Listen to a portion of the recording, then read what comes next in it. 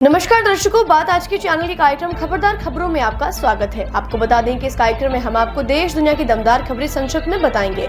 तो लीजिए आज की खबरदार खबरें।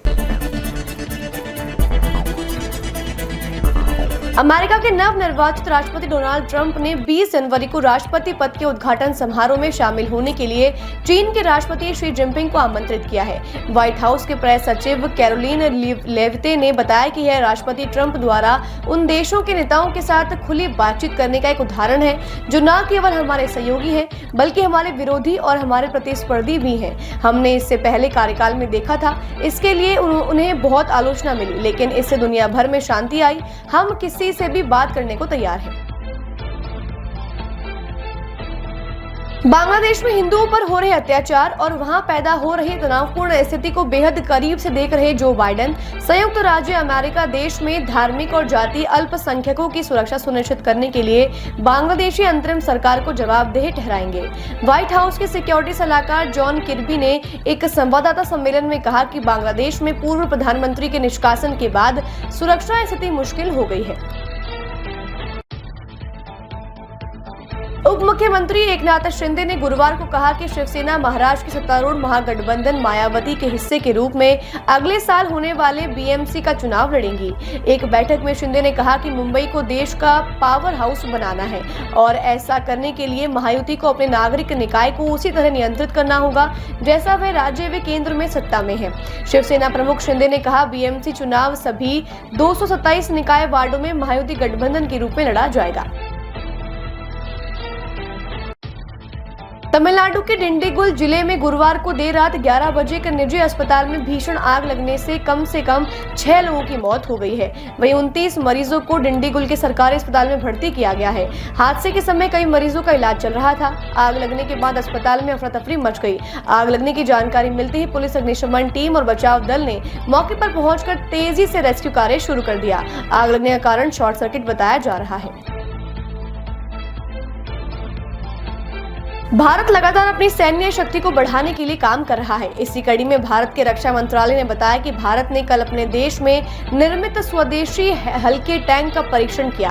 परीक्षण के दौरान भारत के स्वदेशी हल्के टैंक ने 4200 मीटर से अधिक की ऊंचाई पर विभिन्न दूरियों से सटीकता के साथ लगातार कई राउंड गोलीबारी करके एक बड़ी उपलब्धि हासिल की है। चीन के साथ लगती सीमा पर सेना की लड़ाकू क्षमताओं को बढ़ाने के लिए बहुमुखी 25 टन श्रेणी के भारतीय हल्के टैंक को विकसित किया गया है।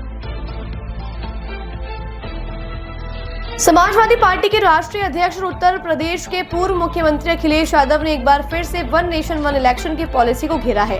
उन्होंने इसे लागू करने वाले विधेयक को कैबिनेट से मंजूरी मिलने के बाद कहा कि एक देश एक चुनाव की व्यवस्था अव्यवहारिक ही नहीं, अलोकतांत्रिक भी है। यादव ने कहा, दरअसल एक देश एक चुनाव लोकतंत्र के खिलाफ एक तंत्री सोच का बहुत बड़ा षड्यंत्र है जो चाहता है कि एक साथ ही पूरे देश पर कब्जा कर लिया जाए। इससे चुनाव एक दिखावटी प्रक्रिया बनकर रह जाएगा। लोकसभा में आज संविधान पर चर्चा प्रस्तावित है। इसको लेकर कांग्रेस ने गुरुवार को सदन के अपने सदस्यों को व्हिप जारी कर कहा कि वे सदन में दोनों दिन उपस्थित रहे। लोकसभा में पार्टी के मुख्य सचेतक कोडी कुनिल सुरेश ने व्हिप जारी कर कहा कि 13 और 14 दिसंबर को सदन में बहुत महत्वपूर्ण मुद्दों पर चर्चा होनी है और सभी सदस्यों से आग्रह है कि वे दोनों दिन सुबह 11 बजे से कार्यवाही स्थगित होने तक सदन में मौजूद रहे। लोकसभा में 13 और 14 दिसंबर तक, राज्यसभा में 16 व 17 दिसंबर को संविधान पर चर्चा के लिए सरकार ने सहमति जताई है। दिल्ली के स्कूलों को बम से उड़ाने की धमकी का सिलसिला नहीं रुक रहा है। दिल्ली में 16 स्कूलों को फिर से बम की धमकी का कॉल आया है। आज सुबह 4:30 बजे पहला कॉल किया गया। इसके बाद दिल्ली पुलिस की टीम और दमकल विभाग मौके पर तुरंत पहुंचे और अपनी जांच शुरू की। फोन कॉल के अलावा ईमेल से भी धमकी दी गई है। जिन स्कूलों को धमकी मिली है उनमें ईस्ट कैलाश स्थित डीपीएस स्कूल, सलवान स्कूल और कैम्ब्रिज स्कूल शामिल है। अभी तक की जाँच में कुछ भी संदिग्ध नहीं मिला है।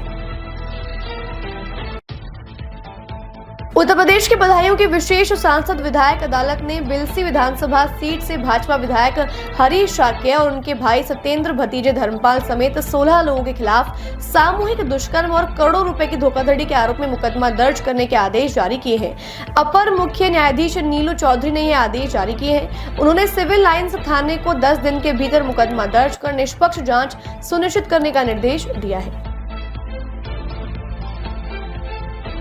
भारत के 18 साल के डी गुकेश ने शतरंज में नया इतिहास रचा है। शतरंज के नए विश्व चैंपियन बनकर चीन की बादशाहत को खत्म किया है। विश्व शतरंज चैंपियन 2024 का फाइनल मुकाबला कल गुरुवार को सिंगापुर में खेला गया था। इस मुकाबले में भारत के डी गुकेश की टक्कर डिफेंडिंग चैंपियन चीनी चेस मास्टर डिंग लिरेन से थी। काले मोहरे से खेलते हुए डी गुकेश ने 14वीं बाजी में डिंग लिरेन को करारी शिकस्त दी है और खिताब पर कब्जा जमाया। प्रधानमंत्री मोदी और राष्ट्रपति मुर्मू ने डी गुकेश को वर्ल्ड चैंपियन बनने पर बधाई दी है। खबरदार खबरों में आज के लिए बस इतना ही। कल फिर नई खबरों के साथ होंगे आपसे रूबरू। नमस्कार।